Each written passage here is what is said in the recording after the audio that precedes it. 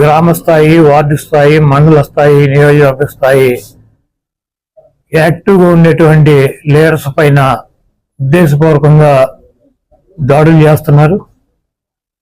అదేవిధంగా వాళ్ళ ఇళ్ళకెళ్ళి ఇళ్ళు పగలు కొడతాం, కార్లు పగలు కొడతాం, అర్ధరాత్రులు వెళ్ళి వైఎస్ఆర్ కాంగ్రెస్ పార్టీ శ్రేణుల్ని భయపెట్టాలి, ఈ వైఎస్ఆర్ కాంగ్రెస్ పార్టీని నిస్తేజం చేయాలని చెప్పి పెద్ద ఎత్తున ప్రయత్నాలు చేస్తున్నారు. వాటిల్లో కొన్ని చోట్లయితే ఫిజికల్గా వ్యక్తుల మీద దాడులు చేయటం, కాళ్ళు కొడతాం, చేతులు కొడతాం, తల్లబాగలు కొడతాం.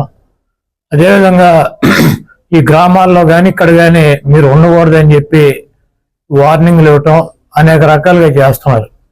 వీటికి ప్రత్యక్ష సాక్షులు పోలీసులు దగ్గర ఉండి వాళ్ళు కొడతాంటే వీళ్ళు చూస్తూ నిలబడి ఎంజాయ్ చేస్తున్నారు.